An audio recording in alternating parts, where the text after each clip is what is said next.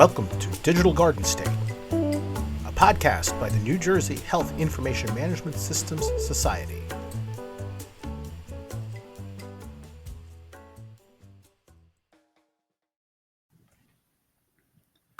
Welcome to the second installment of our New Jersey HIMSS CMIO podcast series. New Jersey HIMSS is a consortium of healthcare professionals, providers, and vendors who are committed to promoting constant improvement in the use of information technology within the healthcare industry. My name is Jim Hennessy. I'm a board member of our New Jersey chapter of HIMSS, and I also serve as the CEO of V4 Services, a healthcare consulting firm. I'm once again joined by my co-host today, our chapter president, Dr. Ganti. Today's podcast is presented by one of our chapter sponsors, Ciena. Kenny, if I could turn over to you for a quick intro. Great. I'd love to talk a little bit more about Ciena. Ciena is a networking system services and software company. Their solutions converge data connectivity with compute and security technologies in order to accelerate digital transformation and deliver a high-quality experience for patients and staff. Ciena's adaptive network, which is trademarked, approach combines physical and virtual network devices, machine learning-enabled analytics, and software-based automation. To learn more about how they helped numerous health systems to, 1, ensure constant service availability, 2, strengthen their cybersecurity posture, 3, reduce operational expenses, please visit their website at www.ciena.com.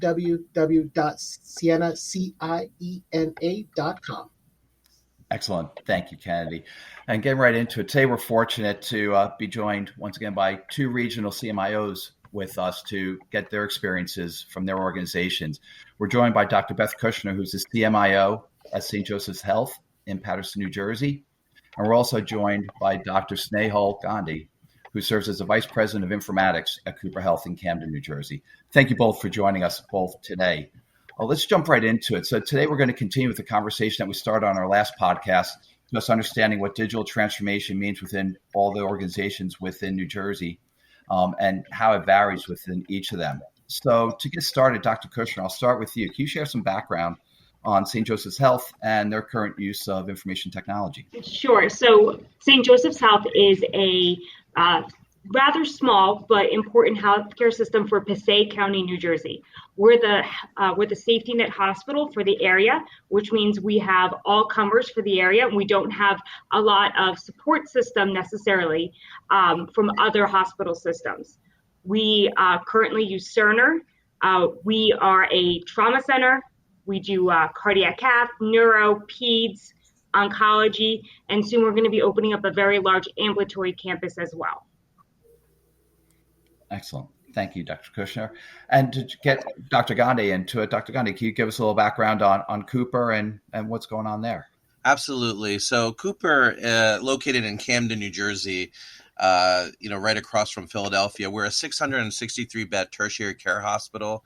We're actually the only level 1 trauma center in South Jersey with 100-plus outpatient offices and 800-plus medical staff. We have a relationship with MD Anderson in Texas. We have the MD Anderson Cancer Center at Cooper. We're also the Children's Regional Hospital. And we're also associated with the Cooper Medical School of Rowan University. In terms of admissions, we had just slightly over 30,000 admissions in 2021. And we had about 1.6 million patient visits. So, great stuff there. No, that's great. Two very important organizations to both North and South Jersey. So thank you both for that.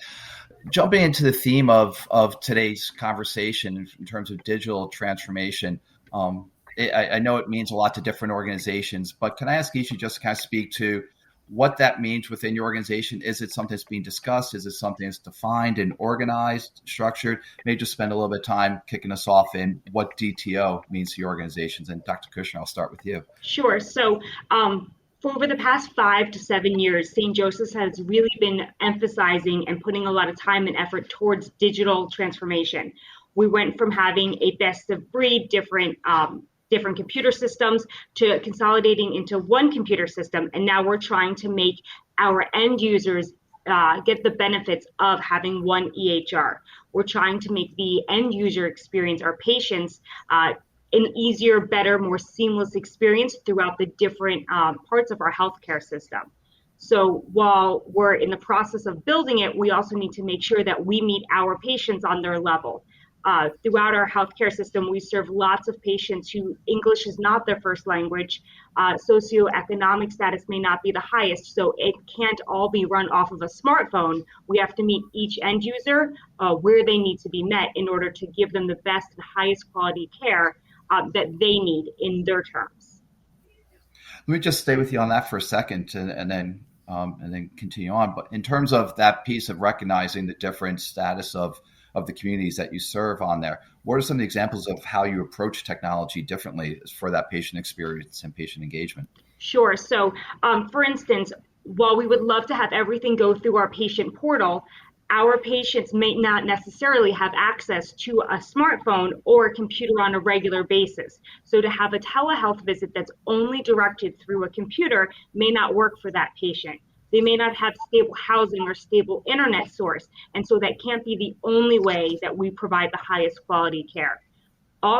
Additionally, and something we've run into a lot with COVID-19 is as we push different at-home solutions, they may be only written out in English. And a large portion of my patient population, English is not their first language. And while they may be able to speak or understand English, we truly can't give high quality care only using the English language. And how do you think technology can help that? If it's not there today, what are the types of things that we're looking at that could hopefully improve that situation? So one of the best things that I've seen is even the access to language lines and communication with a third-party translation has been helpful. Acknowledging and recognizing that all of our resources are currently in English, but we will have the ability to create them in Spanish and other languages that we need, such as Arabic in the areas that I serve.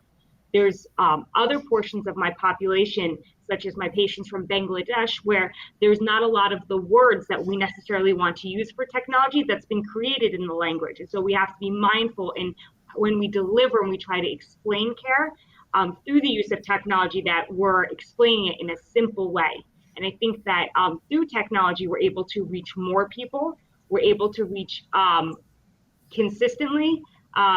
Being able to grab people and keep them in our system, but we have to be mindful to meet them on their level. Gotcha. Great. And Dr. Gandhi, let me pull you in then and start from Cooper's perspective and how you're approaching DTO within the organization. How is that something that's organized, formed, structured? Give a little background on that. Oh, absolutely. Over time, we recognized that we really needed to fundamentally, and I wouldn't say change, but enhance the way that we operate and deliver value to our patients who are our customers, right? And that being said, we looked at digital transformation and literally took the approach of trying to or attempting to integrate digital technology into all areas of business.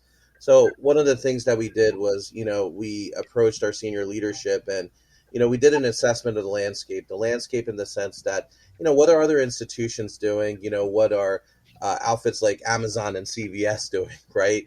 And then we also looked at, did surveys and got feedback from our patients. And, depending on who you're talking to, what we found is that there is a cohort of people, a significant number of people where they want that instant gratification, right?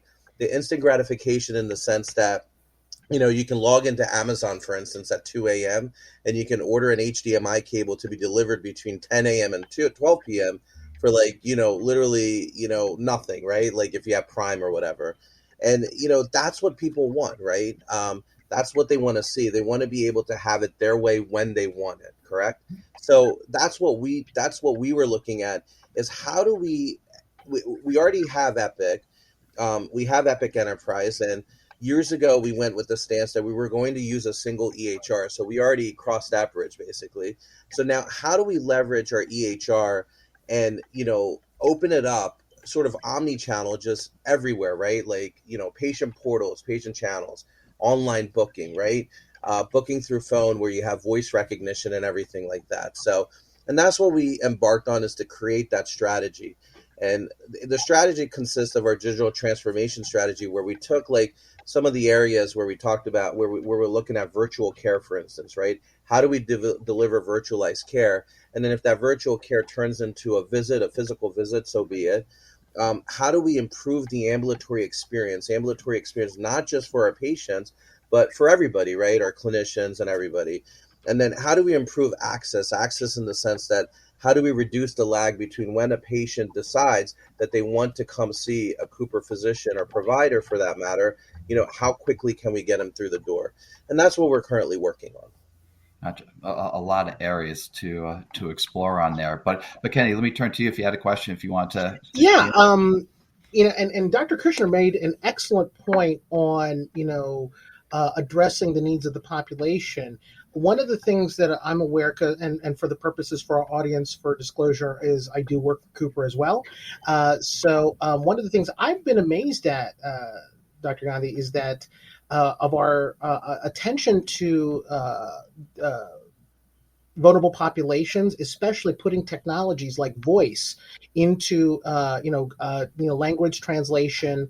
Not only do we serve a large multicultural population in Camden, but in the surrounding areas, including but not limited to people of Latin American origin, African American, Haitian, including Vietnamese. And again, Vietnamese not being standard with Arabic script or with English script, it becomes challenging. And tell us more about how we've implemented those technologies both at the clinic level that I have here and as well as in our telemedicine suite. Oh, absolutely. So, we always go back to the old thing where we say, we've heard of people, process, technology, right? So, and what we found with the old way we were doing things was that in order to get the appropriate translation services in place, you had to, either know the number and the access code, or you had to use a specialized phone to dial into a translation service.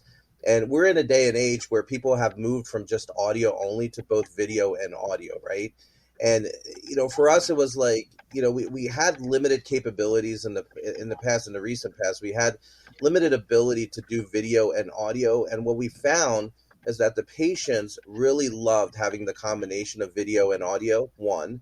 And two, it just made the translation services so much more better and so much more accurate and personable, quite honestly, where you were able to get the accurate history that you were looking for, the accurate information that you were looking for from the patient.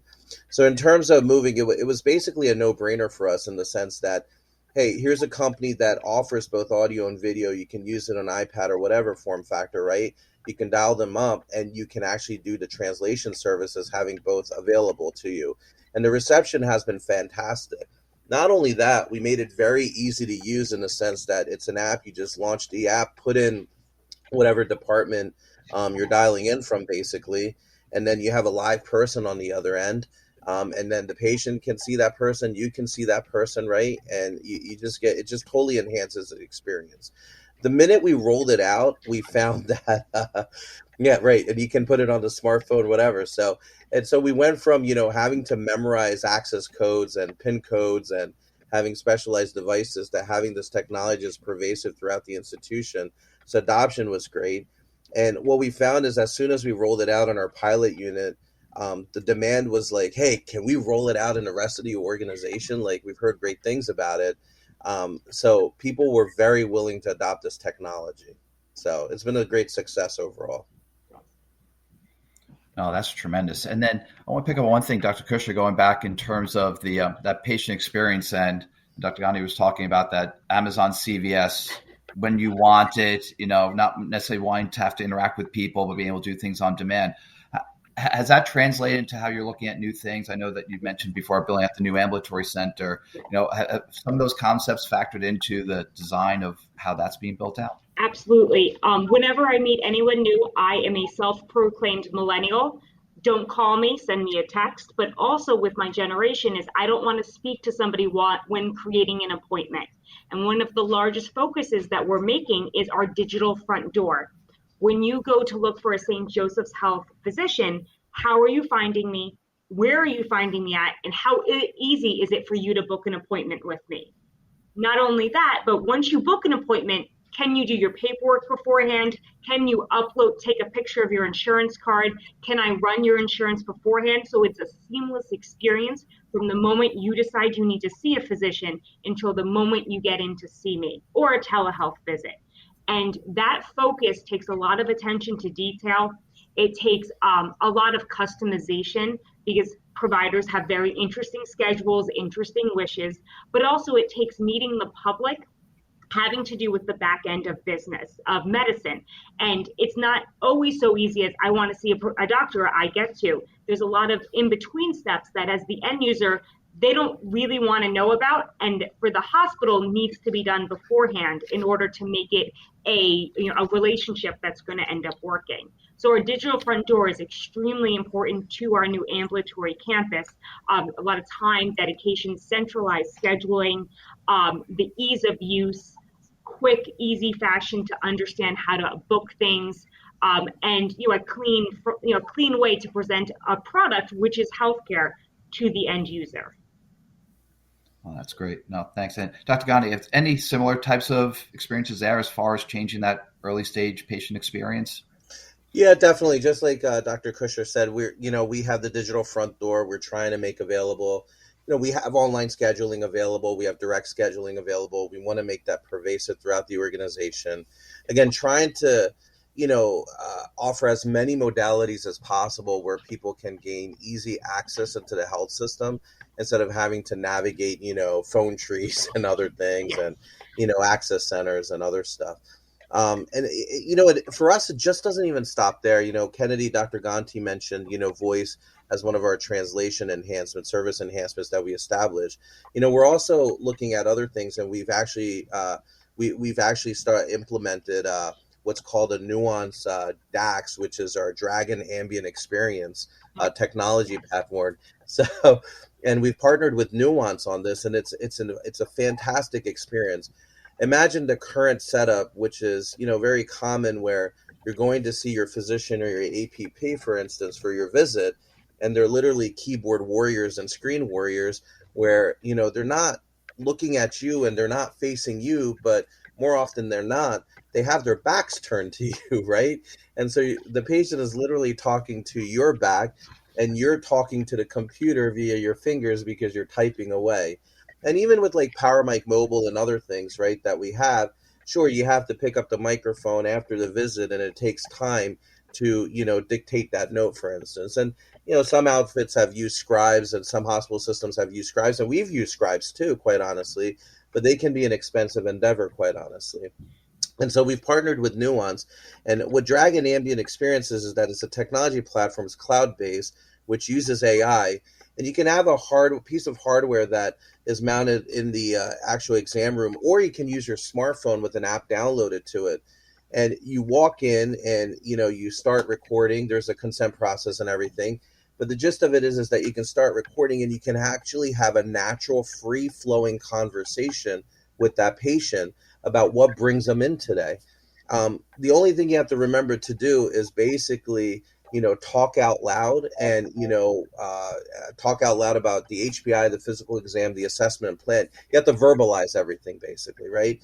And in the background, this technology captures the entire conversation that you've had with your patient. And within a couple hours, it turns that around into a templated note that you can review, edit, and sign and make it part of the permanent legal medical record. So you've just gone from, having your back turned to the patient where they're talking to your back and you're using the keyboard and the mouse the entire time, to actually going back to the way medicine should be, which is talking to the patient. So, and so the point I'm trying to make is that we're looking at, entry of the patient into the health system. We're looking at the experience within that visit itself. And we're also looking at what happens post-visit, right? Post-hospitalization or post-visit too, how to enhance that experience too.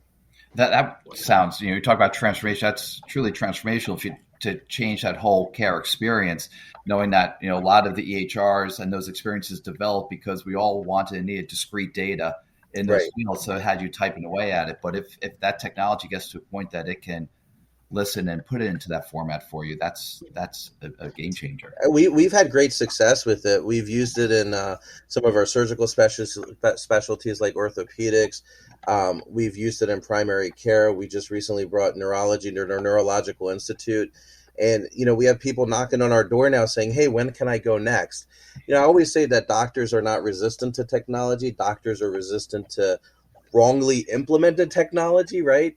This is one technology when it's implemented correctly people will come, and you build it, they will come. And this is one of those technology platforms where we helped Nuance bring it into the organization, and we helped them build it from a templating perspective and a workflow perspective.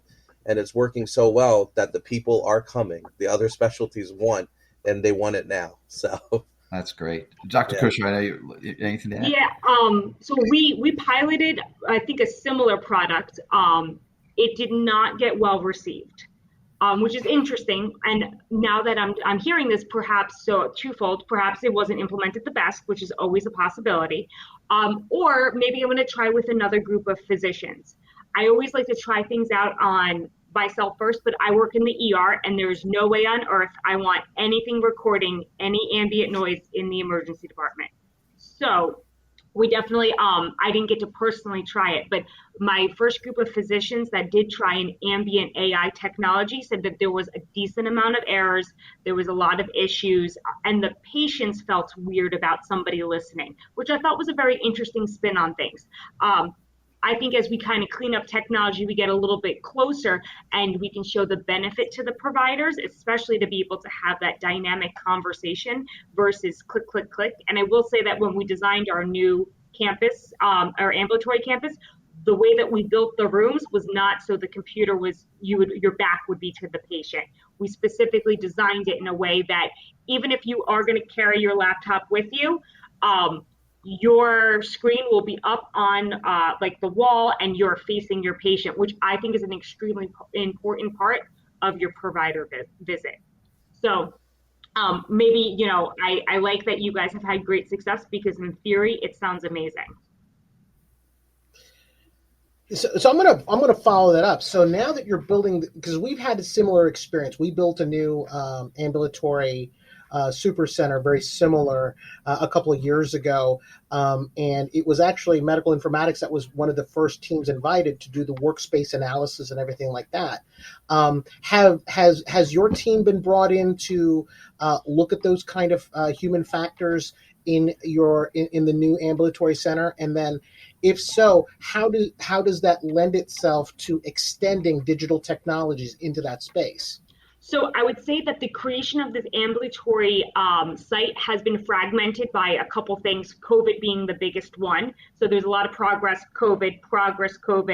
Right now we're having COVID issues again. However, Informatics has gone through and said, this is, if you want to have a workstation room, this is the best way to do this. If you want to have your provider walk in with a laptop, this is the best place where we should do this. If you want your patients to have like a touchless kiosk where they check in and check out, this is really where it should be done. So when the building was created and a lot of work has been done and there's been a lot of tinkering with it, check in, check out, centralized scheduling, how patients get registered, whether they get registered and triaged in the room, all those various factors, Informatics has had a big part of it. And at St. Joe's, Informatics, there's nursing informatics, which goes to nursing, and then the rest of Informatics pulls through into IT. And so the IT component is really where a lot of the nuts and bolts, when they started designing a lot of things, came in. Great. Dr. Gandhi, again, same question to you. We have the hub concept, and we have a hub up already. And from our experiences in designing that, again, very similar, but we have a much more, we had a design language, we had, a lot of specific things done, placing of the monitors and really into our integration. Where do you see that hub concept maturing and bolting on the digital strategy to that?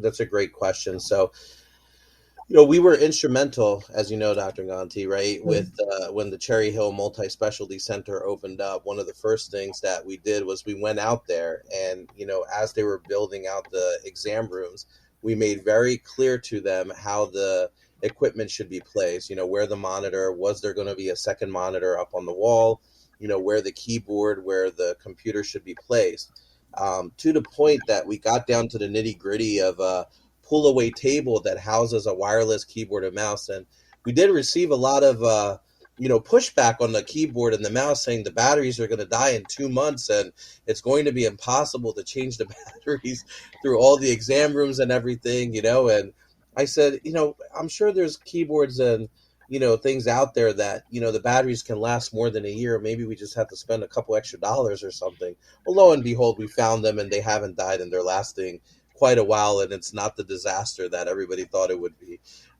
So that being said, I think we play a very instrumental role, like just from the point of, looking at, when a patient approaches, one of the hubs or one of the centers, what happens, right? Can we use geolocation to know that the patient is there? Can we prompt them to, saying, hey, we see you've arrived for your visit. Do you want to check in? When they enter the facility, like through the front doors, can we streamline that process where instead of having them having to go up to the patient service representative, can we do everything electronically? If they've already signed all their consents and everything electronically, right? Why do we need them to do something else additional to that, right? And can we streamline it in such a way, sort of like, I guess the analogy that I would use is like the airport model where, you go in and you've already had your boarding pass on your smartphone or, and you go in and you can, if you have to check in a bag, you can sort of self-check in and you sort of do your own wayfinding, right? Like, you go through the appropriate like gates A, B, or C, and then you go to gate C16 and, everything is sort of like on your own. The only time you have to interact with somebody really is if there's a problem, one, or two, if you have a carry-on and they don't have room for the carry-on and they want you to tag it, right? Or three, as you're boarding the plane, they scan your phone, right? And so that's kind of like what we're trying to do is there a way to do that for the appropriate people, right? That model doesn't fit everybody. I don't think my dad would ever do that, quite honestly. My dad has a smartphone, but he would probably still continue to do everything manually. He's the kind of guy that will still go to the bank and, write paper checks or whatnot, but there's obviously the other side of it where they want everything to be electronic. And that's what we're trying to do, is trying to design it in such a way that everything is seamless. You can do as much self-service as you want. And, taking into account, like, how that interaction and how that experience goes and everything. So. Excellent. So you're hitting upon one of the points as far as we're probably in that in-between transitional window, both generations and various things, right, as far as how they want to get that work done there.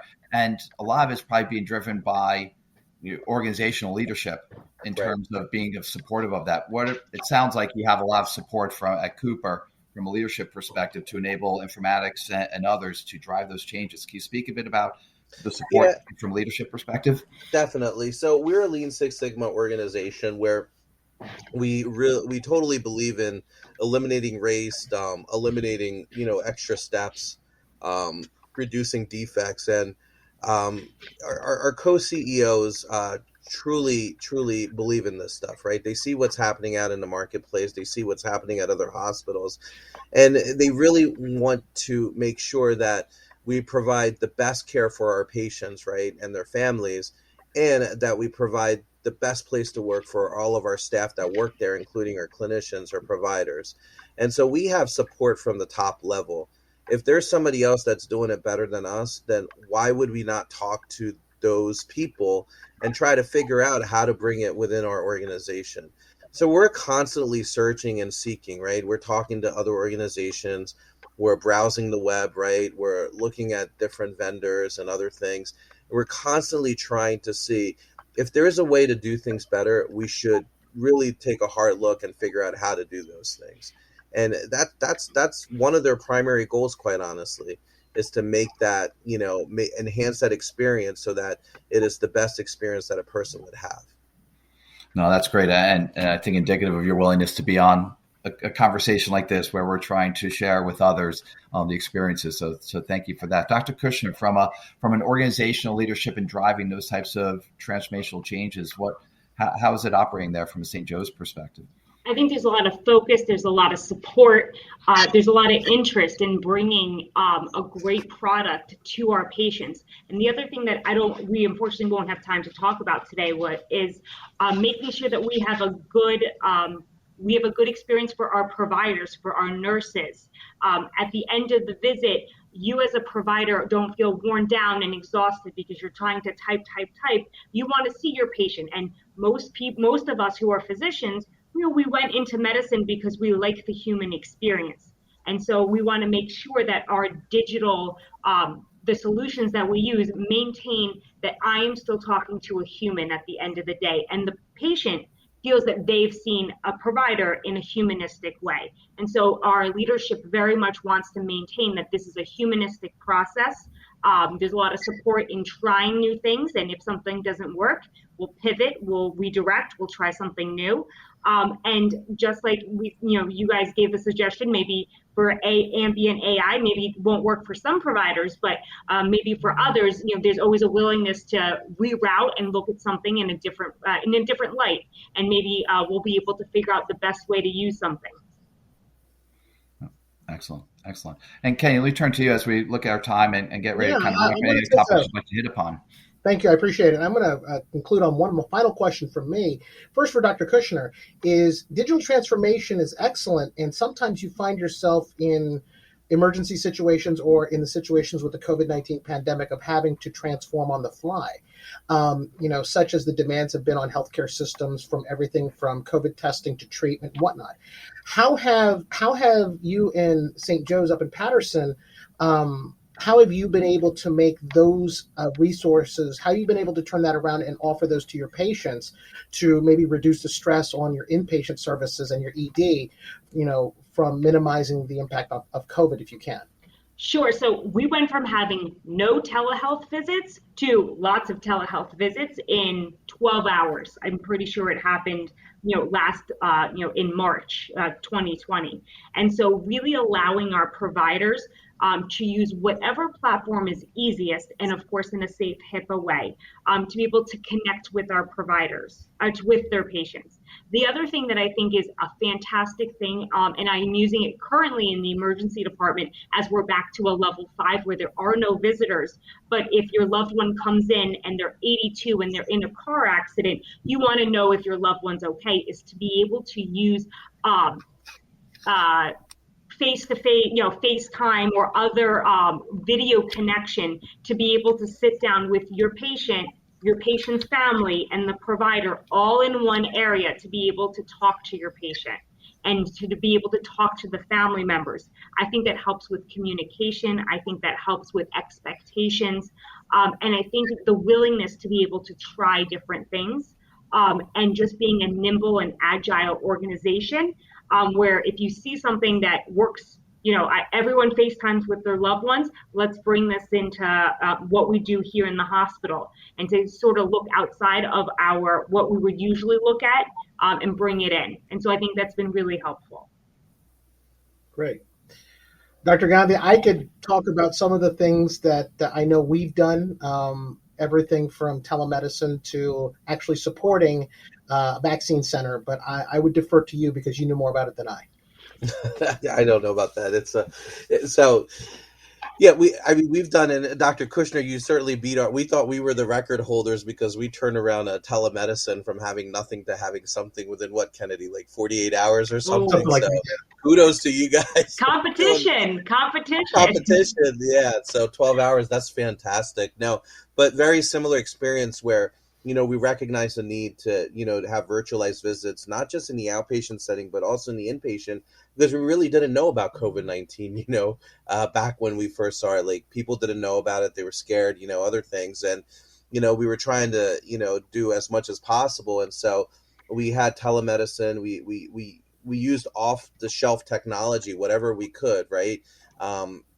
Be it that we actually use WebEx as a platform to do telemedicine visits, quite honestly. Works. And so, we were doing that. We were doing audio stuff.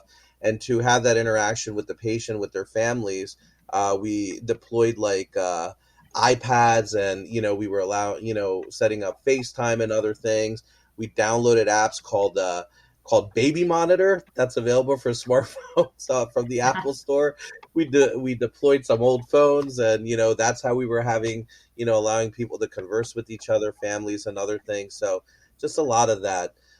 In terms of the vaccination, I mean, once we got word that the vaccines are coming, and they're coming any day, and we need to set up a workflow for mass vaccination.